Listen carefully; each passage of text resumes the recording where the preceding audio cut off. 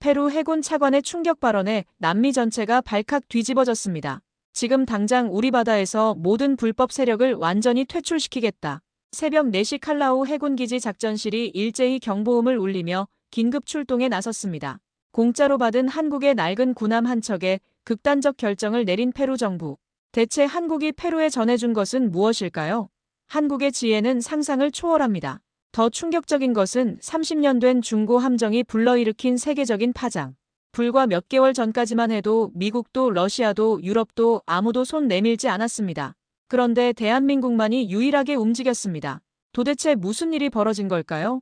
그 전에 잠깐 1초 만에 누를 수 있는 구독 버튼을 꼭 눌러주시면 영상 제작에 아주 큰 힘이 됩니다. 그럼 바로 시작하겠습니다. 저는 매일 아침 페루 칼라우 해군기지에서 하루를 시작했습니다. 창밖으로 보이는 태평양은 고요해 보였지만 제 마음은 온통 걱정투성이었죠.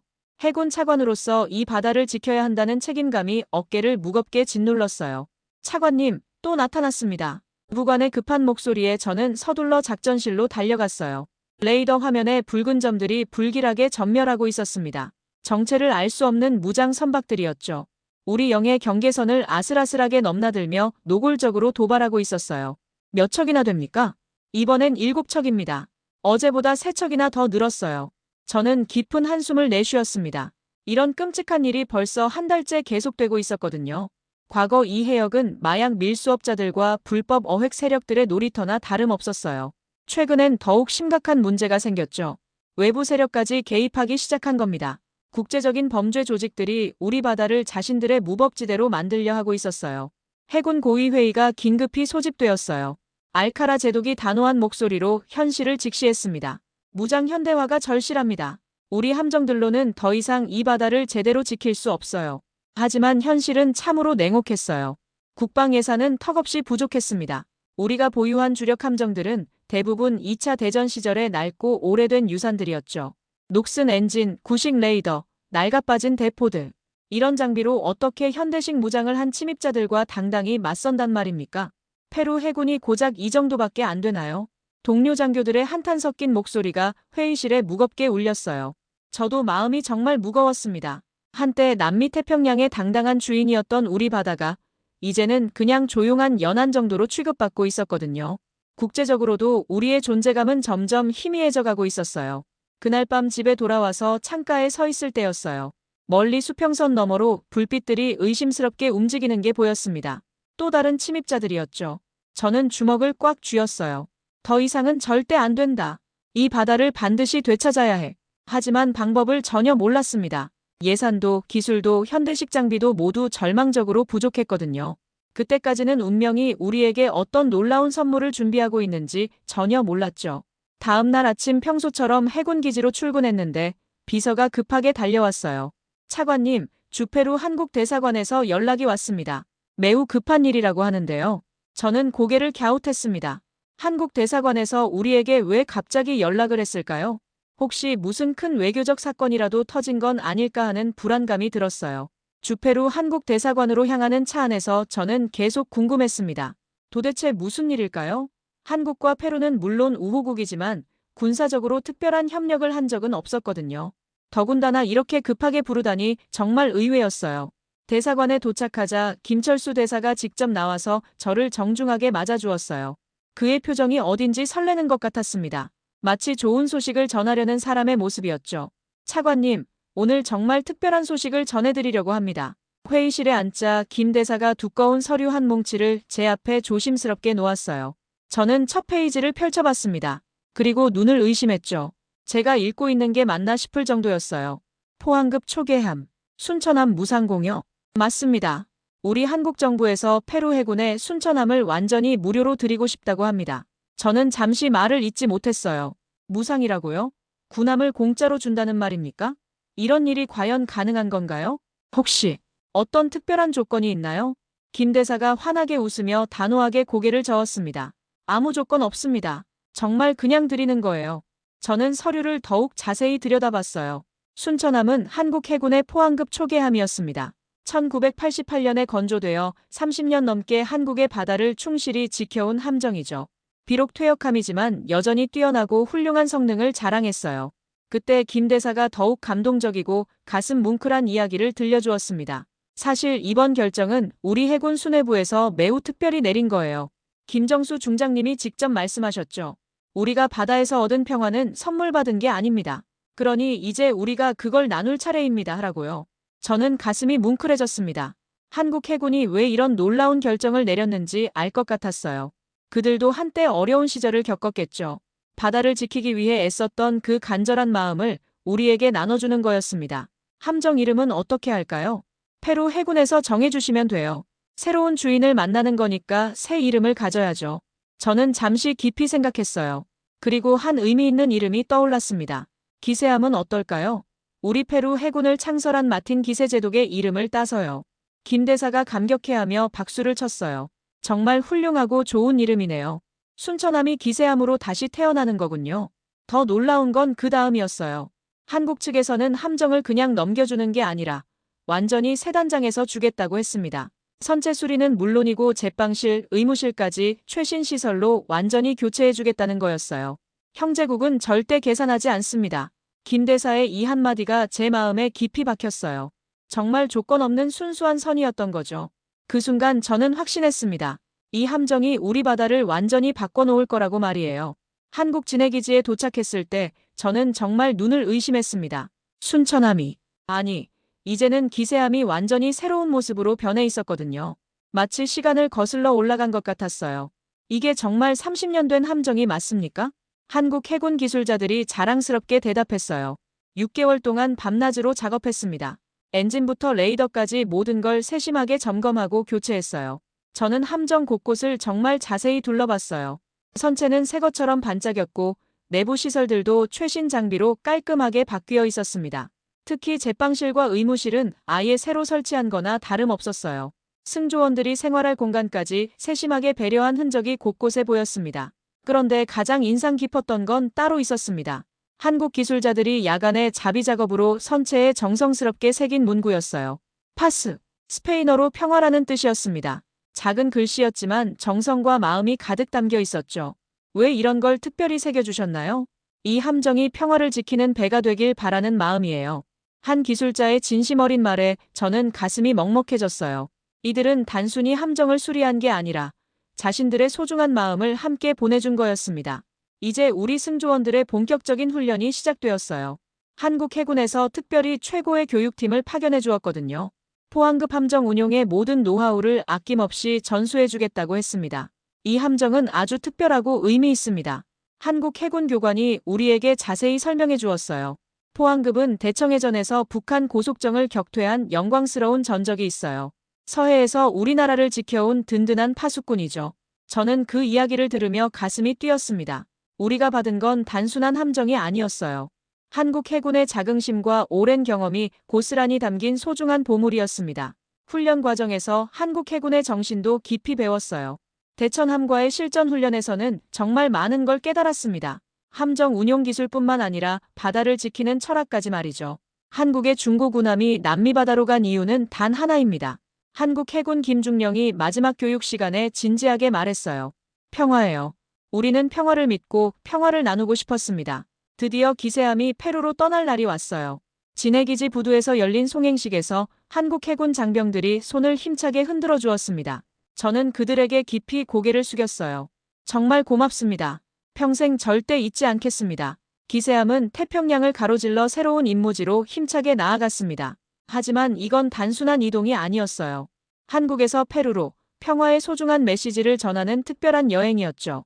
칼라우항에 기세함이 들어오는 순간을 저는 평생 잊지 못할 거예요. 부두에 수천 명의 시민들이 몰려와 환영 깃발을 힘차게 흔들었습니다. 이런 광경은 정말 처음 보는 거였어요. 만세! 만세! 페루 국민들의 뜨거운 함성이 항구 전체에 우렁차게 울려 퍼졌어요. 어떤 할머니는 눈물을 흘리면서 손뼉을 치고 계셨죠. 어린아이들도 부모 어깨에 올라타서 손을 흔들고 있었어요. 드디어 우리 바다를 제대로 지킬 함정이 왔구나. 저는 부두에서 기세함을 바라보며 감동을 도저히 감출 수 없었습니다. 한국에서 완전히 새롭게 태어난 이 함정이 이제 우리의 바다를 든든하게 책임지게 될 거였어요. 환영식에서 알카라 제독이 감격스러운 연설을 했습니다. 우리는 오늘 단순한 함정이 아닌 믿음을 받았습니다. 한국 형제들이 우리에게 보내준 평화에 대한 깊고 뜨거운 믿음을 말이에요. 제독의 목소리에는 진한 감격이 담겨 있었어요. 참석한 모든 사람들이 뜨거운 박수를 쳤죠. 그 박수 소리가 바다까지 울려 퍼지는 것 같았어요. 기세함의 첫 공식 임무가 곧바로 배정되었습니다. 우리 영의 순찰과 불법 침입 차단이었어요. 드디어 이 함정의 진짜 실력을 보여줄 때가 온 거죠. 첫 출항식이 성대하게 열렸어요. 전통적인 페루 해군 세례식에 한국 국기와 페루 국기가 나란히 올라갔습니다. 두 나라의 깊은 우정을 상징하는 정말 뜻깊은 순간이었어요. 한국은 우리에게 물고기를 준 게 아니라 낚시법을 가르쳐 주었습니다. 어느 시민의 말이 정확했어요. 단순히 함정 하나를 준 게 아니라 바다를 지키는 방법 전체를 알려준 거였거든요. 이것이야말로 진정한 국제협력의 모범 사례였죠. 저는 기세함의 함장으로 공식 임명되었어요. 처음 함교에 올라섰을 때의 떨림을 지금도 생생히 기억합니다. 이 함정과 함께 페루의 새로운 해양 시대를 열어야 한다는 무거운 사명감이 가슴을 꽉 채웠어요. 모든 승조원 집합, 첫 승조원 회의에서 저는 단호하게 말했습니다. 우리는 단순히 함정을 운항하는 게 아닙니다. 한국과 페루의 우정을, 평화의 소중한 가치를 바다에서 실현하는 거예요. 젊은 승조원들의 눈빛이 반짝였어요. 모두가 새로운 도전에 대한 뜨거운 열정으로 가득했습니다. 그들의 표정에서 자신감과 책임감을 동시에 읽을 수 있었어요. 기세함의 첫 정식 해상 임무가 드디어 시작되었어요. 엔진 소리가 부드럽게 울리며 우리는 칼라우항을 힘차게 떠났습니다. 수평선 너머로 펼쳐진 넓은 태평양을 바라보며 저는 굳게 다짐했어요. 이제 정말 시작이다. 우리 바다를 반드시 되찾을 거야. 기세함이 실전에 투입된 지 일주일 만에 첫 번째 진짜 시험이 왔습니다. 레이더에 정체불명의 선박 20척이 뚜렷하게 포착된 거예요. 이건 지금까지와는 완전히 다른 규모였어요. 함장님, 불법 어선으로 추정됩니다. 우리 수역을 당당하게 침범하고 있어요.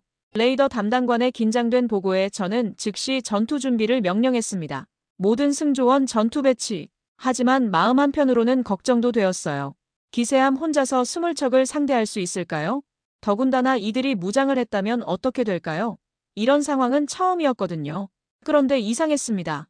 평소 같으면 다른 함정들과 함께 출동했을 텐데 이번에는 저 혼자 나가라는 명령이었어요. 본부의 의도를 이해할 수 없었습니다. 왜 기세함만 보내는 거죠? 본부에 급히 문의하자 알카라 제독의 단호한 답변이 돌아왔습니다. 저 배 하나면 충분하다고 했습니다. 마치 영화 명량의 한 장면 같았어요. 이순신 장군이 명량대첩에서 단 12척으로 333척을 막아낸 것처럼 우리도 기세함 하나로 당당히 승부를 내야 하는 거였죠. 불법 어선들이 점점 가까워졌습니다. 저는 함교에서 쌍안경으로 그들을 자세히 관찰했어요. 분명히 무장한 것 같았습니다. 하지만 두려움보다는 오히려 자신감이 솟았어요. 우리에게는 한국의 뛰어난 기술이 있다. 기세함의 레이더 시스템은 정말 놀라웠어요. 상대방의 위치와 움직임을 정확하게 파악할 수 있었죠.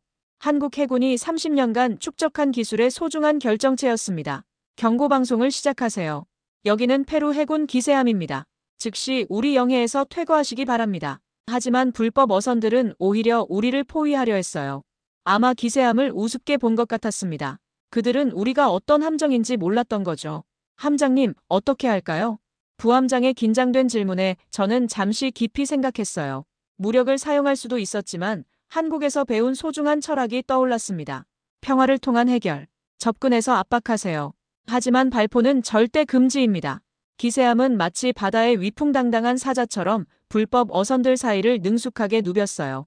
뛰어난 기동성과 당당한 위용만으로도 충분한 압박이 되었죠. 놀라운 일이 벌어졌습니다. 불법 어선들이 하나둘씩 후퇴하기 시작한 거예요. 총 한 발 쏘지 않고 완전한 무혈로 퇴출시킨 겁니다. 이게 한국 기술의 진짜 힘인가요? 승조원들이 감탄했어요. 하지만 저는 알고 있었습니다. 기술만이 아니라 올바른 신념의 힘이었다는 걸 말이에요. 이 일은 곧 CNN을 비롯한 유명 국제 언론에 크게 보도되었어요.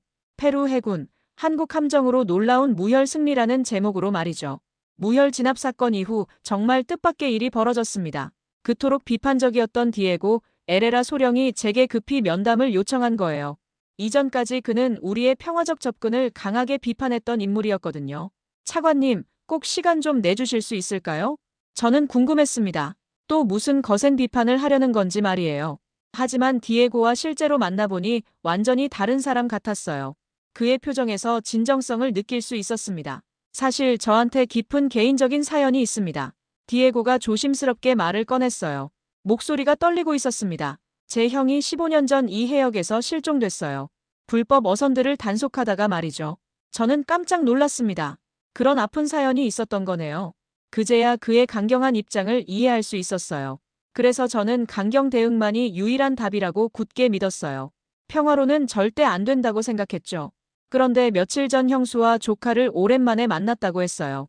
그들이 한 말이 디에고의 마음을 완전히 바꿔놓았다는 거였어요. 형수가 그러더군요. 당신 형은 바다에서 평화를 지키려다 떠났는데 왜 당신은 계속 전쟁만 생각하느냐고요.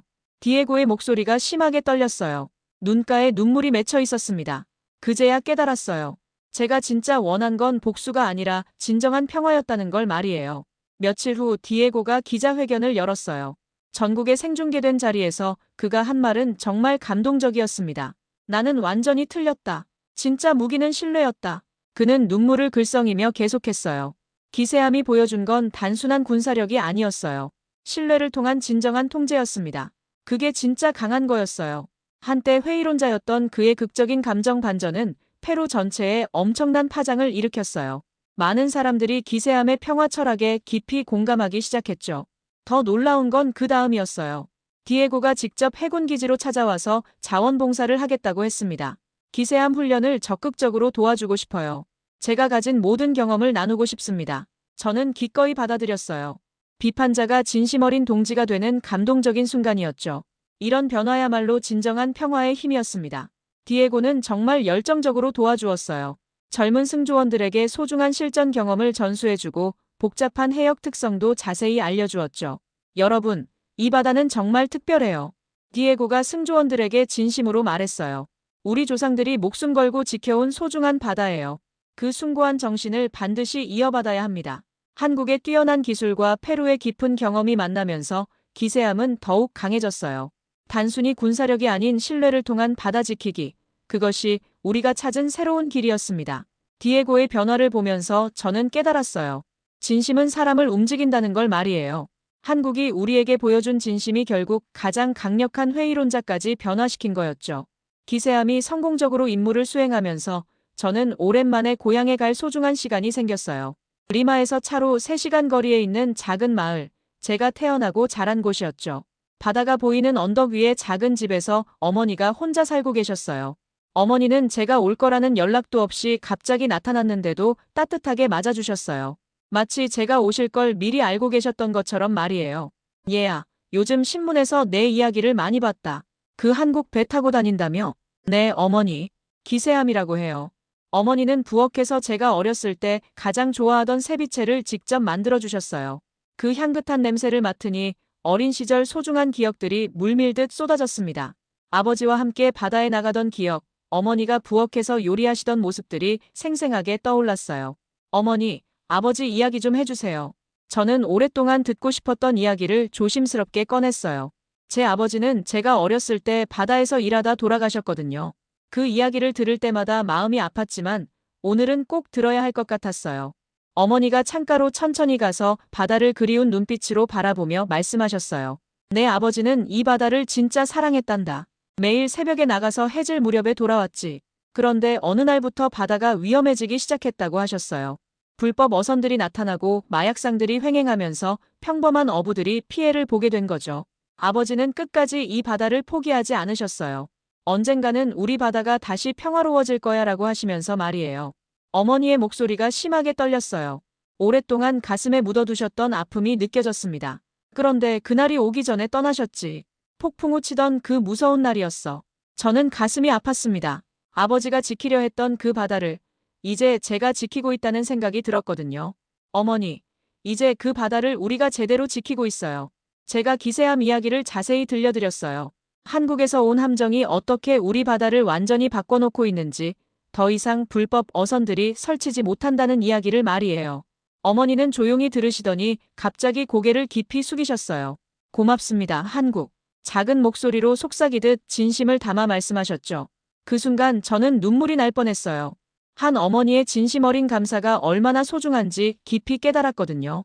그날 밤 아버지 영정 앞에서 저는 굳게 다짐했어요. 아버지, 이제 정말 우리 바다가 평화로워지고 있어요.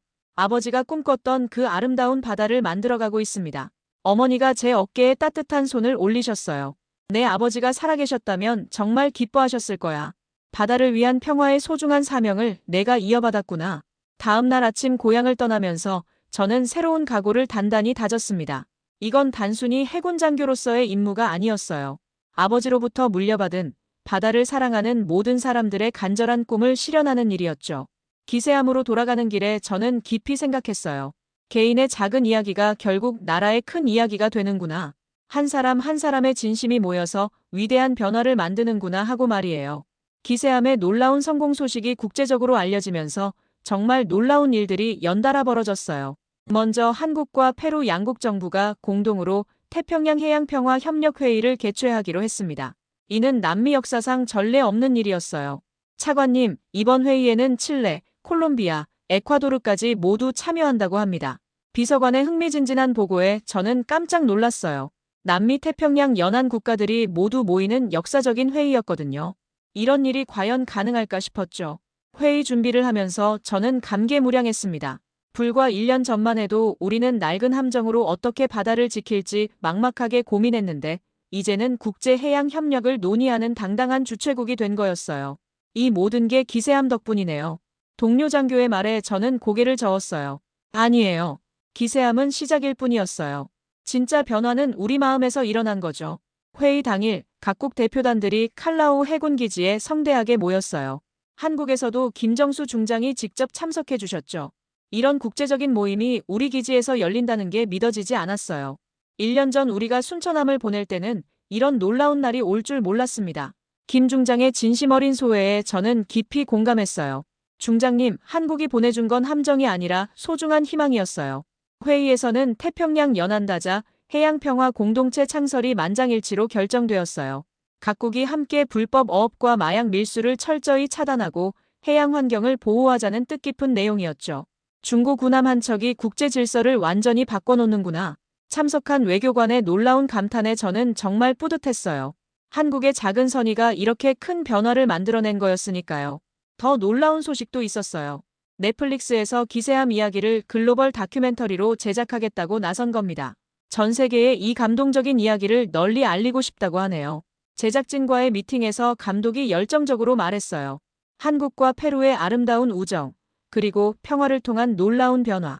이런 이야기야말로 지금 세계가 절실히 필요로 하는 메시지입니다. 촬영이 시작되면서 저는 새삼 깨달았어요. 우리가 경험한 일들이 얼마나 특별하고 소중한 건지 말이에요. 단순한 군사 협력이 아니라 진짜 평화 만들기에 완벽한 모델이 된 거였죠. 한국 외교부에서도 이 사례를 한국형 평화 외교의 성공 모델로 공식 발표했어요.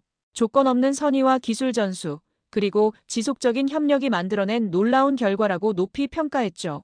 이제 정말 시작이에요.